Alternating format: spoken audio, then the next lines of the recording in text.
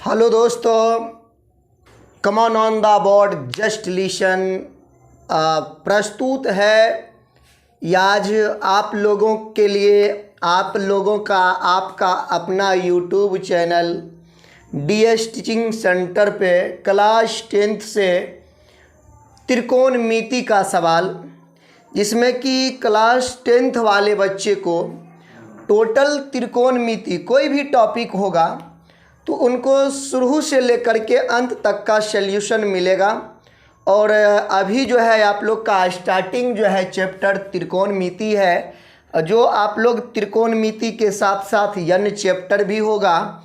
आप लोग हमसे जुड़े रहें, आप लोग को बेहतर तैयारी के साथ लेकर बेहतर तैयारी को अच्छे ढंग से लेकर के चलेंगे, तैयारी कराएंगे। इसमें जो है सबसे पहली बात है कि त्रिकोणमिति किसे कहते हैं। तो what do you mean by trigonometry. सबसे पहली बात है कि त्रिकोणमिति जो है, इनको अगर हम लोग बात करें तो 3 शब्दों से मिलकर बना है। त्रिकोणमिति कितने शब्दों से मिलकर बना है? तो 3 शब्दों से मिलकर बना है। जैसे पहला जिसको हम लोग कहते हैं कि त्रिकोण मिति।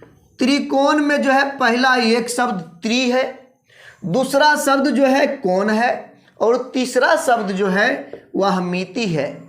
सबसे पहली बात जो है, त्रि का मतलब कोण, त्रि का मतलब 3 होता है, कोण का मतलब तो कोण ही होता है, मिति का मतलब होता है माप बच्चों।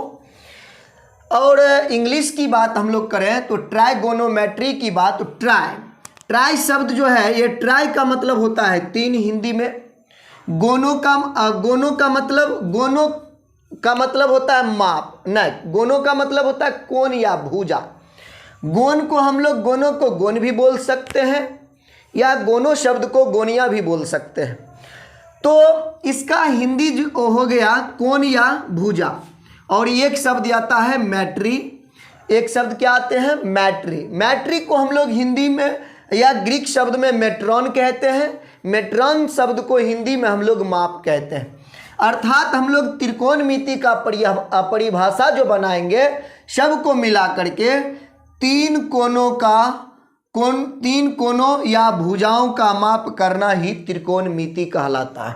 आप लोग यहाँ से डिफिनेशन देखें कि अर्थात 3 कोण या भुजाओं का माप करना ही त्रिकोणमिति कहलाता है, ट्राइगोनोमेट्री कहलाता है। त्रिकोणमिति शब्द की उत्पत्ति जो हुई है बच्चों, यह किन शब्दों से? त्रिकोणमिति की उत्पत्ति जो है, यह ग्रीक शब्द या ग्रीक भाषाओं से हुआ है, जिसको हम लोग क्या कहते हैं? ग्रीक शब्द कहते हैं इसकी उत्पत्ति के लिए। उसके बाद जो है इसके आगे का एक टॉपिक जो है, जिसको हम लोग त्रिकोणमितीय अनुपात कहते हैं। इंग्लिश में अगर बात करें तो ट्राइगोनोमेट्रिक रेशियो कहते हैं। अब देखो, ये हम पहले लिख चुके हैं कि थोड़ा सा आप लोगों के लिए वीडियो शॉर्ट हो, है ना, और लॉन्ग वीडियो ना हो, इसी वजह से हम बिफोर लिख चुके हैं। उसके लिए कोई टेंशन नहीं है, आप लोग उनको समझने का प्रयास करेंगे। और जहाँ कैलकुलेशन की बात होगा, वहाँ हम एक एक कैलकुलेशन के साथ आप लोग को कैलकुलेशन कराते हुए, एक एक स्टेप कराते हुए लेकर चलेंगे।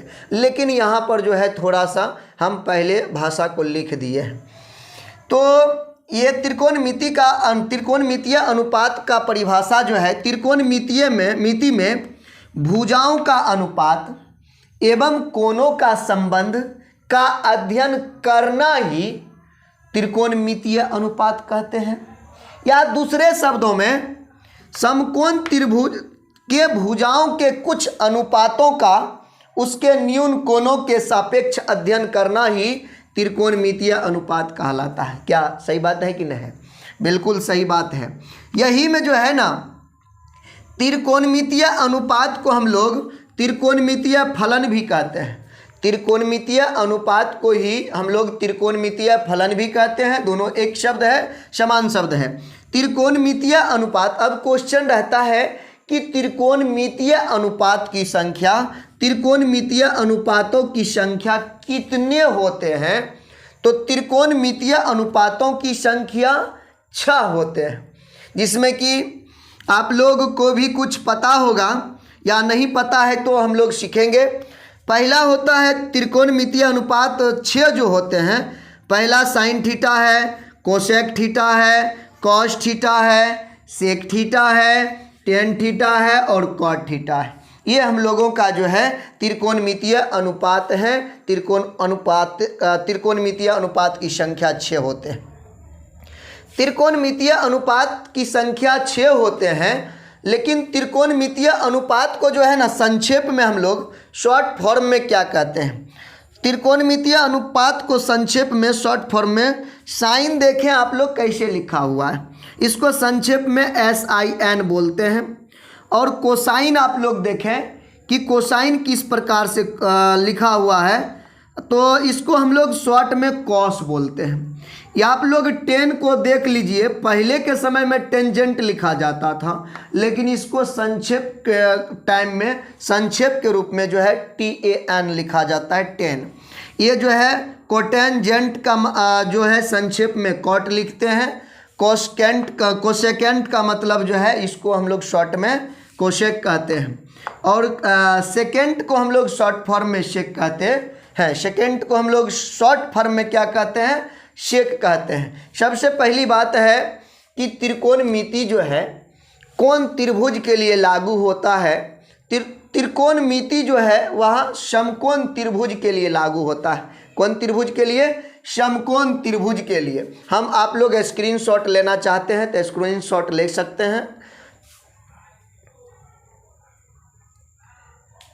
और अब जो है त्रिकोणमिति समकोण त्रिभुज के लिए जो लागू होता है, तो उसमें हम लोग चलेंगे कि समकोण त्रिभुज किसको कहते हैं। समकोण त्रिभुज के लिए तो लागू होते हैं, इसको हम लोग समकोण त्रिभुज, अगर इसको इंग्लिश में बात हम लोग करें तो समकोण त्रिभुज को क्या कहते हैं? Right angle, RIGHT triangle, right triangle. ये समकोण त्रिभुज में एक कोण का मान जो है वह 90 डिग्री होना चाहिए। ये हम लोग का जब 90 डिग्री होगा तभी यह त्रिभुज समकोण बनेगा। और ये बाकी जो है ये दो कोण जो है न्यून कोण होगा। न्यून कोण कहने का मतलब यह दोनों कोण जो है 90 डिग्री से छोटा होगा। या तो ये हो सकता है ऐसे, एक सेकेंड, आप जानते होंगे त्रिभुज के तीनों कोणों का योग 180 डिग्री होता है। अगर ये अकेले में 90 डिग्री है तो अगर 180 तीनों मिला करके होता है, यह कोण अकेले में 90 है, अगर 180 में 90 घटा दिए कितना बचा? 90 डिग्री बचा। 90 डिग्री में यह दोनों एंगल है, हो सकता है यह 60 डिग्री होगा। अगर ये कोण 60 होगा तो ये कोण 30 डिग्री का होगा, या ये कोण 30 डिग्री होगा तो ये कोण 60 डिग्री का होगा। या आप लोग कह सकते हैं ये कोण 45 डिग्री होगा तो ये वाली कोण 45 डिग्री होगा। 45 45 90, 60 30 90, यहाँ पर 60 और 30 90। तो समकोण त्रिभुज हुआ। तो इसमें आप लोग को हम कोण बता चुके हैं। इसमें जो है इसमें 3 चीज़ होते हैं जो समकोण त्रिभुज को त्रिकोणमिति में पढ़ने का काम हम लोग करते हैं। इसमें समकोण त्रिभुज को नीचे वाले भाग को आधार कहते हैं, नीचे में है, जिसको बेस कहते हैं इंग्लिश में। अब बेस को हम लोग शॉर्ट फॉर्म में बी कहते हैं। बेस को इंग्लिश में बेस को हम लोग शॉर्ट फॉर्म में क्या कहते हैं? बी कहते हैं। और ये वाला जो है यहाँ से आप लोग देख सकते हैं, यहाँ से यहाँ तक को हम लोग क्या कहते हैं? लंब कहते हैं। लंब को इंग्लिश में परपेंडिकुलर कहते हैं। परपेंडिकुलर को हम लोग पी से सूचित करते हैं। और यहाँ से लेकर के यहाँ तक की भुजाओं को हम लोग कर्ण कहते हैं। कर्ण को इंग्लिश में हाइपोटेनस कहते हैं। इसको हम लोग H से सूचित करते हैं। आशा करते हैं कि आप लोग इस चीज़ को समझे होंगे किस चीज़ को, कि आधार को हम लोग इंग्लिश में बेस कहते हैं, बेस को हम लोग बी से सूचित करते हैं, और लंब को हम लोग इंग्लिश में परपेंडिकुलर कहते हैं और इसे पी से सूचित करते हैं, और हम लोग कर्ण को इंग्लिश में हाइपोटेनस कहते हैं और इसे शॉर्ट में हम लोग एच से सूचित करते हैं। आप लोग ये जान जाइए कि त्रिकोणमितीय फलन जो है टोटल 6 होते हैं। तो त्रिकोणमितीय फलन 6 होते हैं, तो उन सभी का हम लोग अब सूत्र देखेंगे। सब जो है एक दूसरे का हम लोग बात करें त्रिकोणमितीय अनुपात में, तो त्रिकोणमितीय अनुपातों का त्रिकोणमितीय अनुपातों का विलोम, विलोम का मतलब क्या होता है, उल्टा। अब उल्टा क्या होता है, साइन थीटा, त्रिकोणमितीय अनुपात जो होते हैं, त्रिकोणमितीय अनुपात या फलन उनका विलोम या उल्टा जो होता है, साइन थीटा का उल्टा क्या होता है, साइन थीटा का उल्टा कॉस थीटा होता है, ठीक है। और यहाँ पर जो है साइन थीटा के उल्टा कॉस थीटा होता है, नहीं साइन थीटा सॉरी यहाँ साइन थीटा का उल्टा जो है कोसेक थीटा होता है। उसके बाद जो है कॉस थीटा के उल्टा सेक थीटा होता है, और टेन थीटा के उल्टा जो है कॉट थीटा होता है। तो उल्टा तो होता है। यहाँ पर अब हम लोग बात करें कि साइन थीटा का फॉर्मूला क्या होता है। साइन थीटा बराबर सूत्र होता है लंब बटा में कर्ण, लंब बटा कर्ण। साइन थीटा में लंब बटा कर्ण होता है, तो लंब को हम लोग क्या चीज़ से माने हैं, पी से, शॉर्ट फॉर्म इसको पी। तो लंब बराबर पी बटा कर्ण, कर्ण को हम लोग इंग्लिश में हाइपोटेनस कहते हैं, इसे एच से सूचित किए हैं, तो बटा में एच। साइन थीटा बराबर लंब बटा कर्ण कहें या पी बाय एच कहें, दोनों एक ही बात है। साइन थीटा का अभी तुरंत आप लोग को बताएं, साइन थीटा के उल्टा कोसेक थीटा होता है, तो हम लोग साइन थीटा लिखे, साइन के उल्टा कोसेक थीटा लिखेंगे। कैसे, साइन थीटा लंब बटा कर्ण था, तो ये कोसेक थीटा ई कर्ण ऊपर लंब नीचे, तो इसको लिखेंगे कर्ण, बटा में क्या लिखेंगे, लंब। यही उल्टा हुआ। ये नीचे था तो यहाँ ऊपर आ गया, ये ऊपर था तो यहाँ नीचे आ गया, एक दूसरे के अपोजिट हो गया। कर्ण को हम लोग हाइपोटेनस कहते हैं, हाइपोटेनस को एच से सूचित करते हैं। लंब को हम लोग परपेंडिकुलर कहते हैं, इसे पी से सूचित करते हैं। तो कोसेक थीटा बराबर सूत्र हुआ कर्ण बटा लंब या एच बाय पी। अब ये आप लोग को क्लियर हो चुका है। अब बचा है कॉस थीटा। कॉस थीटा बराबर सूत्र होता है आधार बटा में क्या होता है, कर्ण। आधार को इंग्लिश में हम लोग बेस कहते हैं, आधार को इंग्लिश में हम लोग क्या कहते हैं, बेस कहते हैं। बेस को शॉर्ट फॉर्म में बी से सूचित करते हैं, तो बी से जब सूचित करते हैं तो इसको बी लिख दिए। कर्ण नीचा में कर्ण है, कर्ण को इंग्लिश में हाइपोटेनस कहते हैं, हाइपोटेनस को शॉर्ट में एच से डिनोट करते हैं, तो इसे लिख दिए एच। अर्थात कॉस थीटा बराबर आधार बटा कर्ण बराबर में क्या होता है, बी बाय एच। आप लोग दोनों में से एक शब्द को प्रयोग के रूप में ले सकते हैं। और कॉस थीटा का उल्टा कौन थीटा होता है, सेक थीटा। सेक थीटा लिखे हो, बस उसके मान को बदल दे। सेक थीटा बराबर ये कर्ण नीचे था तो इस बार ऊपर लिख दिए, ये आधार ऊपर था तो इस बार इसको नीचे लिख दिए। ये कर्ण को एच नीचा में था तो इसको नीचा से ऊपर ले गए, बी ऊपर था तो इसको नीचे लाए। अर्थात सेक थीटा बराबर सूत्र हुआ कर्ण बटा में आधार बराबर या एच बाय बी। और यह भी क्लियर आप लोग का। अब बचा है टेन थीटा।